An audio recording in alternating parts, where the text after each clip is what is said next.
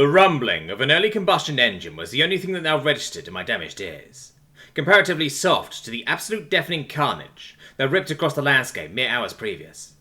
I drew in pained breaths, struggling to get the already barely breathable air from the dirty, stuffy atmosphere of the back of the human vehicle. This wasn't supposed to go this way. It wasn't. It wasn't. Damn worthless apes. I gasped in another breath and tried to relax myself. There wasn't much room in here. It wasn't supposed to be this way. The rumbling of the spacecraft was soothing as we entered Sol Frie's atmosphere. The sounds of excited chattering in Standard Galactic around me was technically against protocol, but I'd allow it. As battalion commander, why shouldn't I let my men calm their nerves? They'd have to strain their nerves already as it is, speaking this sector's language for the next few months while we assimilate them into the Imperial Galactic Federation. Why do the people of Sol Frie have so many damned languages anyway? Most species have between 2 and 10, with very few only having a singular or any more than 10. These apes must have 1,000. It's annoying, but the invasion force merely needed to be split up a bit more. Sol Frie only had primitive projectile and propellant weapons anyway. That was all the Council needed to know to see this would be an easy invasion. The air was even breathable.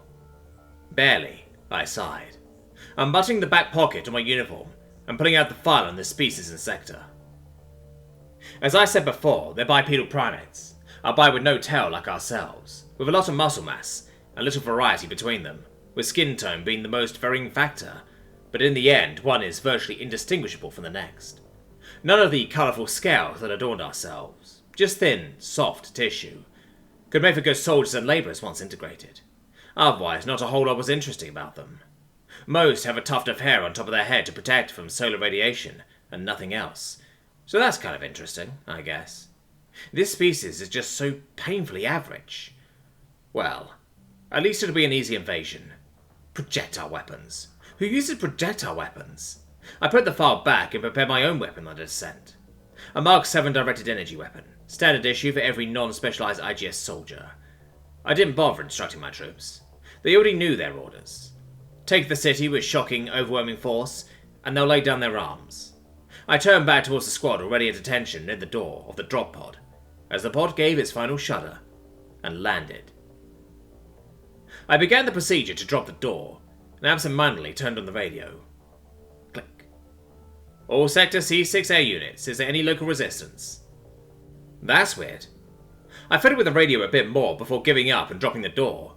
More than likely, they've already started operations and just don't have the time. Out of curiosity, I checked local radio frequencies that were predetermined to be military channels.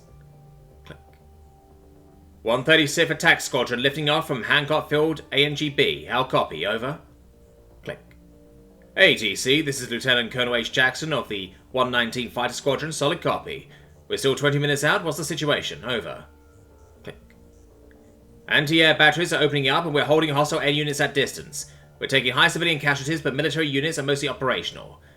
The 369th Sustainment Brigade and the 44th IBCT are working on civilian casevac. Several hostile craft that touched down and the rest of the 42nd Infantry Division is already engaging with the enemy. Over. Click. Roger that, we'll be there as soon as we can. Out. The line went silent and I narrowed my eyes. Not any resistance, which was unusual enough after such a bombardment, but it's far more coordinated than usual too. This may take a bit longer than anticipated. I took the radio just in case and rushed down to meet my troops right as the door fully lowered, addressing them concisely. 8th Battalion!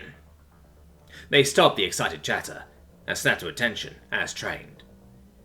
Local resistance is higher than expected, and air units are busy dismantling them. Still expect to encounter ground troops, but with our superior equipment, swift victory is assured. I shouted to the room, my voice booming off the walls. With certainty, Commander, they yelled back, heartily encouraged. They needed no more orders as they filed out of the pod, myself at the forefront. Off in the near distance, I could see the ugly, tall concrete buildings that the apes had constructed. Smoke rising up from various points in the city, both flame and artificial light causing the city itself to gleam. Orbital bombardment had certainly done its work beforehand, but they were surely out of munitions now, and heading back to the nearest Federation-controlled planet. Our air units seemed to be in complete control of the skies, but every now and then something would shoot out from the city and completely destroy an air unit? I scowled. Yes, this will be difficult. Even the troops seemed to recognize as much. It was as if I could feel their confidence begin to waver. I had to confirm my suspicions. Click. All Sector C6 battalions, this is 8th Battalion. We've landed southwest of the city. Report. Click. This is 5th Battalion. The ship veered off course and landed in the water. No likely survivors. We're marching towards the city, but the 7th never linked up with us. Their fate is unknown. We can't reach them on the radio. Click. This is 2nd Battalion. We're fighting alongside the 1st and 3rd Battalions with the locals just outside city limits. The other battalions have been nearly wiped out. We're going to be overrun. We need immediate air and ground support. Click. This is 9th Battalion, Centre. We've landed northwest of the city. We're treading our way there. I order that the 5th halt and meet up with us and the 8th Battalion to the west of New York City and go support the 1st through 3rd Battalions. As each transmission came through, I became increasingly more worried, and my scowl deepened. We only had projectile weapons. How did it come to this? They should be fleeing. Exasperated, I turned back to my troops and relayed the command from the 9th. 8th Battalion, I shouted. Commander. The troops replied with their now false bravado. We're to head due west and meet up with the 5th and 9th Battalions. From there we push west of the city. Strike hard and strike true. With certainty, Commander. The trek was longer than we thought. 2 miles with a higher gravity pull. At this point, the troops may not have the strength to fight. At least the view is beautiful. Plants sprouted from the ground and far into the sky, sparsely here and there.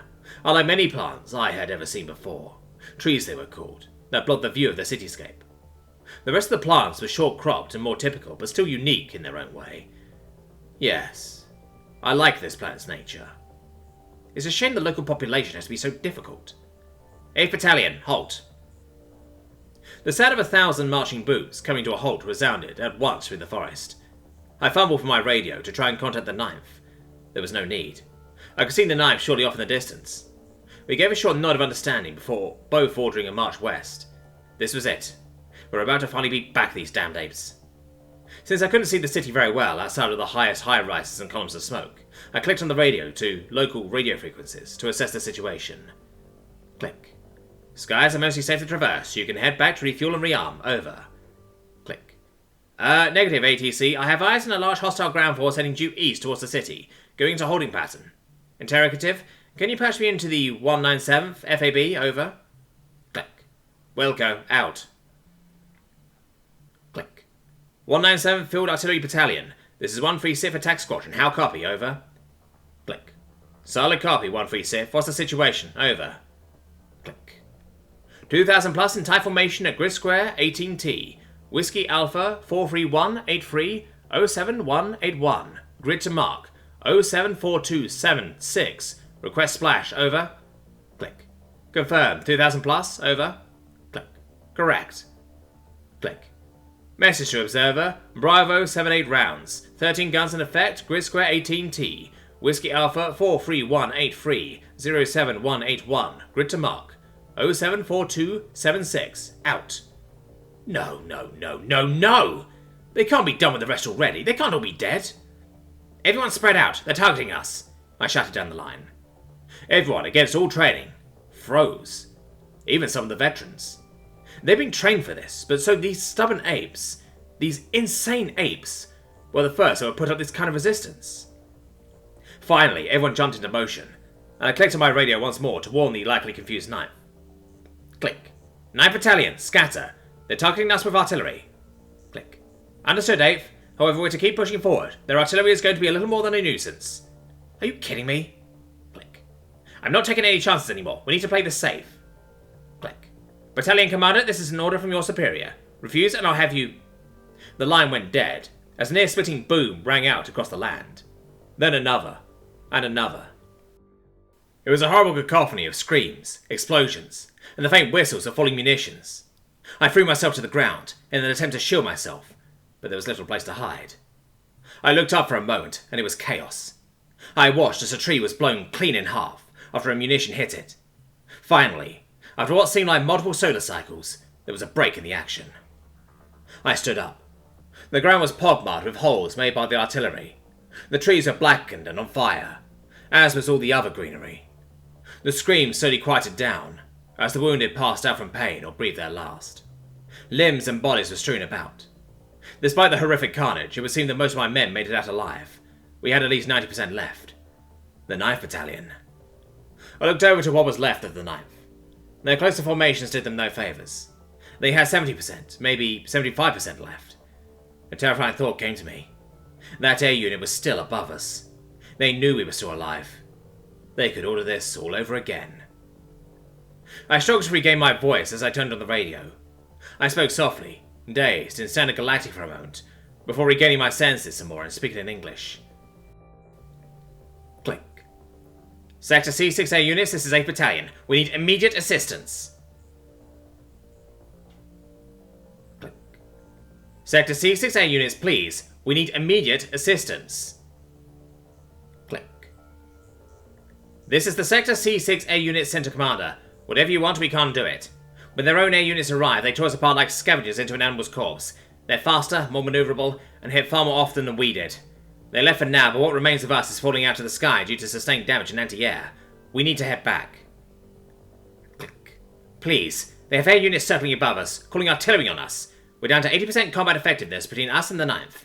Every other battalion has been wiped out. I think they only have a few. You can surprise them. Please, Vuk. Please respond. Click. I'm sorry, 8th Battalion. We just can't. Of the 100 air units we had, maybe 7 are left. Most of us damaged. We need to head back. After absentmindedly turning on the distress signal to those that surely wouldn't reach us in time, I dropped the radio. No use. I turned back to my terrified soldiers. Terrified, weak-willed, and not ready for this. I think Ground Unit Center Commander was dead. Despite this, they were loyal to the end. Surrender was not an option. It was betrayal. I knew what I had to do. Gulping down a big breath, I shouted out what surely would be my last order, at the top of my lungs. Charge! We sprinted towards the city at full speed. Still, their artillery was surprisingly accurate, which necessitated spreading out even more. At some point, I think more of their air units arrived to bomb us as well. Not that it mattered to us. A bomb was a bomb, all the same. Eventually, the bombardment finally stopped. If anything, this worried me more. Maybe they ran out of ammo. But something tells me that we were nearing their ground troops and their artillery wanted to be extra cautious. I was right. Off in the distance, near some houses, I saw them. Hundreds, probably thousands of them, already set up, waiting for us. Multiple vehicles of unknown use rumbled. I could hear it from all the way over here. We were still in the tree line. They were maybe 500 feet away. I barely had time to shout a warning before they started their salvos. We scrambled for cover. While they had cover set up, all my troops had was the cover nature provided us. The artillery started back up. Or maybe it was the munitions from their vehicles. It made no difference. Projectiles whizzed above us in a greater quantity than I thought possible, tearing through our ranks with the same effectiveness that the explosions have. Those that tried to return fire for a brief moment received the same treatment. We had 50% or so of our forces left, maybe, and it was falling by the minute. This wasn't working. Despite our brave face, our training, and our superior technology, we weren't even making a dent in their forces. Almost everyone had been wiped out. Every air unit, every battalion aside from us. Maybe the 5th or 7th still held out, somewhere. Their lines slowly being torn apart like ours. Lying prone on the hill, what should be just out of sight of their troops, I thought that maybe I should rest a moment. I was so tired. A projectile striking the ground near my head shot me back to reality. Right. If I didn't do something, I would get my rest. Eternally. But what could I do? They were so far, and the onslaught didn't seem like it would let up any time soon. It wasn't like I knew any tricks to use, not on this planet. It was also alien to me. Then I remembered something. These trees, all these plants, caught on fire. Both now and during the earlier bombardment. They were just dry enough for it to work. And this atmosphere had more oxygen than I was used to. That, combined, meant that the local flora could light on fire, as I have seen but stupidly never fully considered. But this meant we could burn the entire damn forest down behind us. But then what? They would only buy us some time, and even then retreating would mean facing more bombardments. But maybe we could confuse them enough to make them think we were retreating, circle around under the cover of the flames, and it may just work. It wouldn't save us, obviously, but at least we could leave them reeling. I pulled myself up to as high as I could go, without revealing my fragile body to the enemy.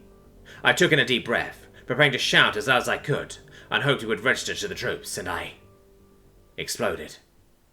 Something just slow enough to see landed only feet in front of me, and detonated immediately. sending up dirt and debris, knocking me back with several wounds and left me gasping for breath. My ears rang. I couldn't hear anything else but a constant ringing. I couldn't see anything. My eyelids were screwed shut. Pain should have been flaring up, but it only barely registered in my battered consciousness. Maybe taking some rest wouldn't be so bad. After all, I passed out.